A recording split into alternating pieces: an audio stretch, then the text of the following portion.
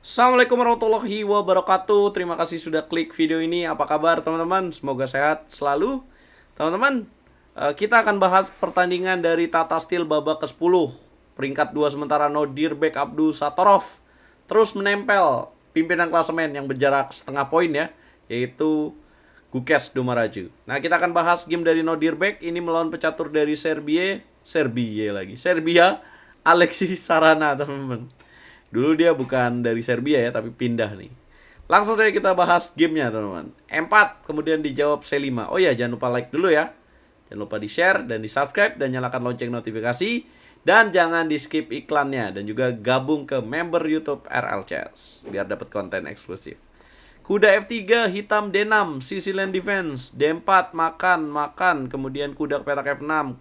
Ancam pion E4, jaga dan A6. Ini adalah variasi Nadrov. Dulu pemain catur yang pertama kali mainin teori ini adalah namanya Grandmaster Miguel Nadrov, teman-teman. Lidahnya gimana ya? Gitulah kira-kira. Lidah Bekasi susah nebut Nadrov ya. A6 dimainin, kuda ke petak B3 dan kemudian hitam E6. Ini menarik ya. Biasanya kan ada E5 ya, ini E6. Dan kemudian putih langsung mendobrak. Bukan Nodirbek namanya, kalau nggak main brutal. G4. Nyerang lewat sayap raja. Hitam mainkan langkah B5, coba ganggu kuda C3. Ya, kemudian putih menjaga dengan A3, gajah B7 menyerang pion E4, dijaga dengan gajah G2, kuda keluar ke petak C6. Putih gantian menyerang kuda mundur ke petak D7, putih lanjutkan lagi dengan H4. Kemudian hitam benteng ke petak C8 mainkan dari sayap menteri, putih menteri ke petak E2.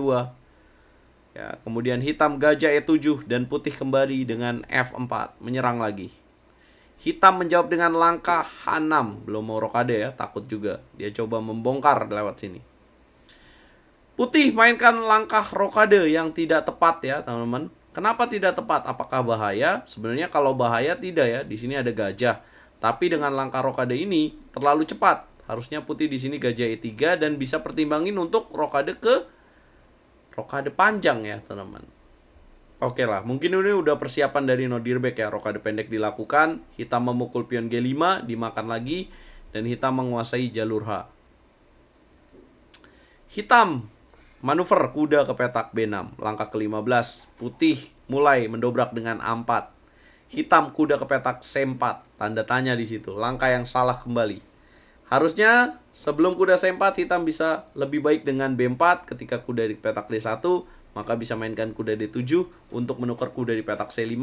Dan nanti pertukaran diri dari kuda B3 dan kuda C5 akan memperkuat posisi putih menjaga petak D4. So let's say di sini putih mainin kuda ke petak F2, maka nanti bisa kuda ke petak C5 untuk memperkuat petak D4. Ya, kuda ke petak C4 dimainin, ini juga menarik ya, memberikan pion di petak B5 yang kalau kita hitung gimana nih kalau makan. Nah, maka ini pion racun. Karena ada jawaban, menteri B6, skak dan dapetin kuda di petak B5. Makan, menteri F2 dulu jaga, mau ngambil pion.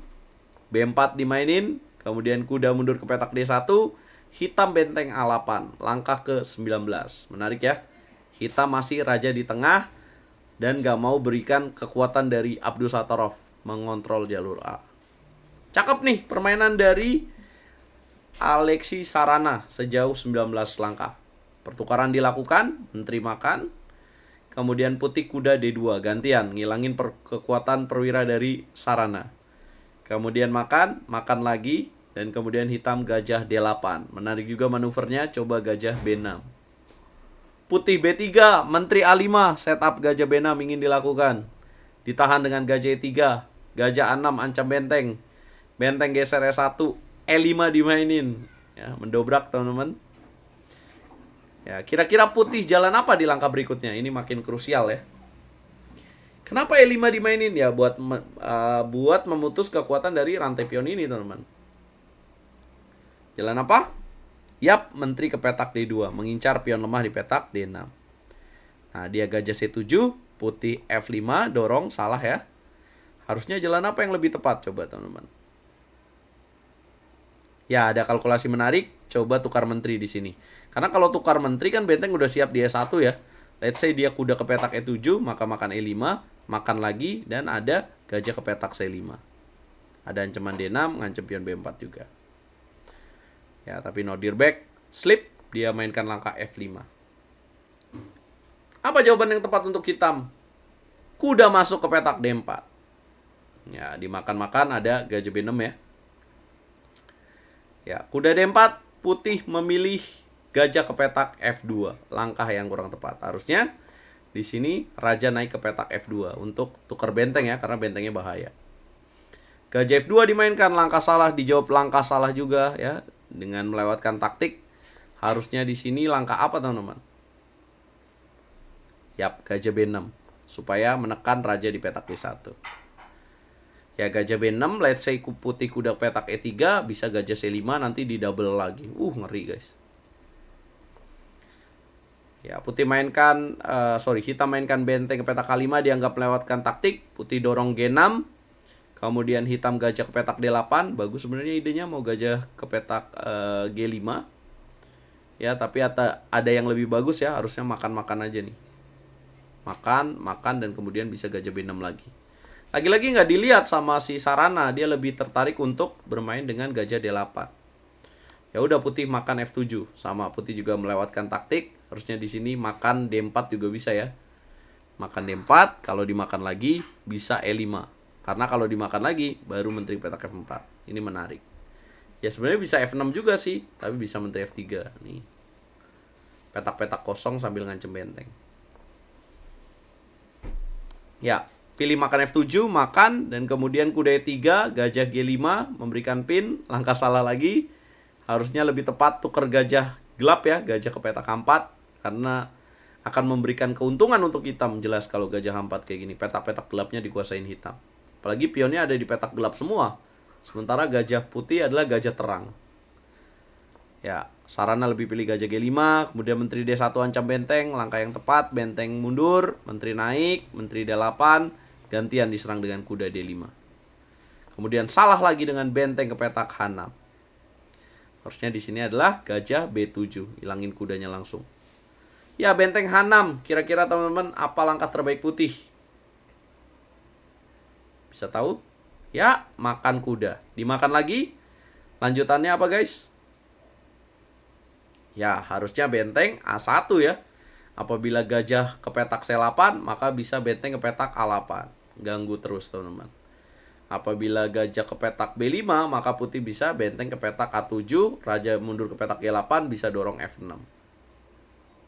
Ya, kalau dimakan, ada apa tuh? Ada benteng ke petak C7, bisa ke sini.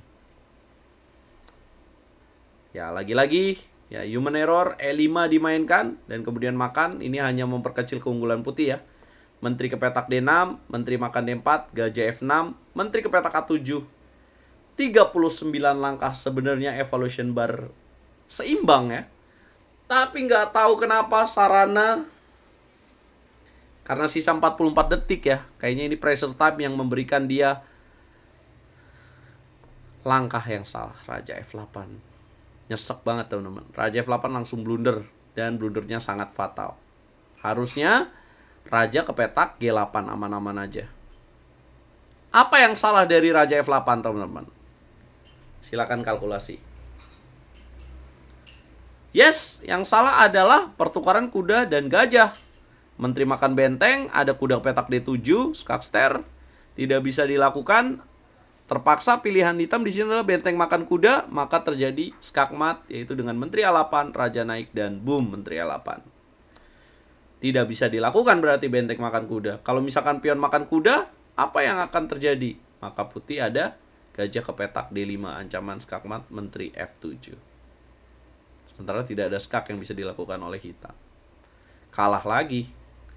Berarti apa dong jawaban hitam? Ya, menteri D1 mencari remis. Raja naik, apakah bisa? Menteri C2, raja ke petak G3, ya, kemudian benteng makan F6. Kenapa nggak diskak aja bang, menteri ke petak C3? Ya udah ada jawaban benteng E3. Ya, di sini kalau misalkan makan ke petak F6, yang tadi menteri B8, menteri A8. Ya, benteng ke petak F6 dilakukan, kemudian gajah D5 mencegah raja geser ke petak G8, ancaman menteri A8 atau menteri E7 akan dilakukan oleh putih. Menteri D3 skak, benteng E3. Dan kemudian di sini tetap gak bisa makan ya, karena ada Menteri B8, Menteri A8. Jadi kemudian hitam benteng G8, putih nggak mau makan. Kalau makan sebenarnya aman-aman aja, tapi lebih bagus Raja F4. Apa yang bahaya dari makan? Maka bisa Menteri ke petak G6 skak, let's say Raja ke petak K2, Menteri H5 skak, let's say Raja ke petak G1, maka di skak lagi, akan di skak-skak terus. Ya, dia lebih pilih Raja ke petak F4.